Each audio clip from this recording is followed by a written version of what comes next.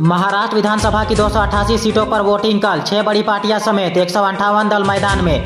BJP 149, Congress 101 सीटों पर लड़ रही है चुनाव। झारखंड में दूसरे चरण की 38 सीटों पर मतदान कल। सीएम सोरेन, कल्पना सोरेन समेत कई दिग्गज मैदान में। 23 नवंबर को आएंगे नतीजे। 5 राज्यों की 15 विधानसभा और 1 लोकसभा सीट पर उपचुनाव की तैयारियां पूरी। 20 नवंबर को होगा मतदान। सभी राजनीतिक दलों ने झोंकी पूरी ताकत। अजित पवार के दावे को लेकर राहुल गांधी ने मोदी सरकार को घेरा। बोले, अब अडानी तय करेंगे विधानसभा कौन चलाएगा। अजित पवार ने कहा था 5 साल पहले बीजेपी एनसीपी के बीच बातचीत का हिस्सा थे गौतम अडानी। अडानी बुझ को लेकर कांग्रेस सांसद राहुल गांधी का मोदी सरकार पर हमला। ट्वीट कर लिखा, जब मैच फिक्स्ड है तो सबको नुकसान है, सबसे ज्यादा आम इन्वेस्टर को।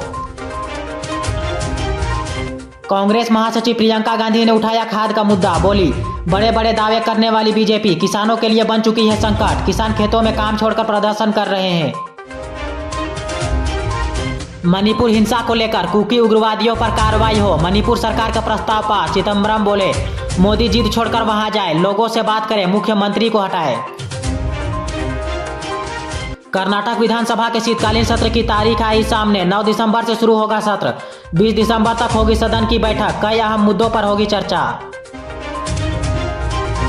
अरबों का फंड गंगा घाट तक नहीं पहुंचा। नमामि गंगे को लेकर अखिलेश यादव का बीजेपी पर हमला। बोले, जिन्होंने मां गंगा से झूठ बोला उनके वादों पर ना जाए। सुप्रीम कोर्ट में महिला जजों के पर्याप्त प्रतिनिधित्व की कमी पर वकील ने उठाया सवाल तो भड़का कोर्ट। बोला, बहुत हो गया, कोर्ट के साथ खिलवाड़ मत कीजिए। पाकिस्तान तहरीके इंसाफ के प्रदर्शन से पहले पाकिस्तान सरकार का बड़ा फैसला। इस्लामाबाद में 2 महीने तक सार्वजनिक सभा पर लगाई रोक। जलवायु संरक्षण के लिए वित्तीय मदद पर नहीं बन रही सहमति। विकसित विकासशील देश आमने सामने।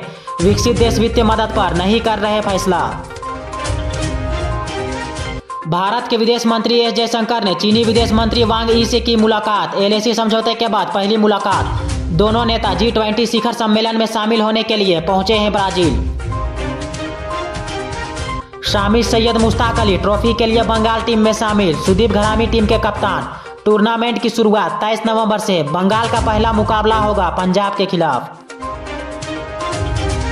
अमेरिका में ऑर्गेनिक गाजर बना जानलेवा। पूरे देश के स्टोर से हटाई गई सब्जी। 18 राज्यों में फैला ई कोली बैक्टीरिया का प्रकोप। देश की वित्त मंत्री निर्मला सीतारमण ने माना, बैंकों की ब्याज दरें लोगों के लिए है दबाव वाली। कहा, इसे कम करने की जरूरत, विकास सरकार की प्राथमिकता। भारतीय प्रतिस्पर्धा आयोग के फैसले के खिलाफ अपील करेगी मेटा। सीसीआई ने मेटा पर 213.14 करोड़ का लगाया है जुर्माना। ऑस्ट्रेलिया ने पाकिस्तान से सीरीज 3-0 से जीती। तीसरी T20 में 7 विकेट से हराया। स्टोइनिस की 50, बाबर ने बनाए 41 run. Punjabi singer Gary Sandhu पर ऑस्ट्रेलिया में हमला। शो के दौरान हमलावर स्टेज पर चढ़ा। अभद्र इशारा करने पर भड़का था हमलावर।